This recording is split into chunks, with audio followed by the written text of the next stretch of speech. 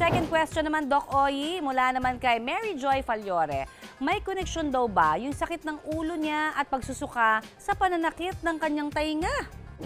Mary Joy, medyo mahirap yung ma-determine. Pwede or pwede ding hindi. So of course, pagka may problema tayo sa tenga, lalo kung ito ay dulot ng isang infeksyon, no?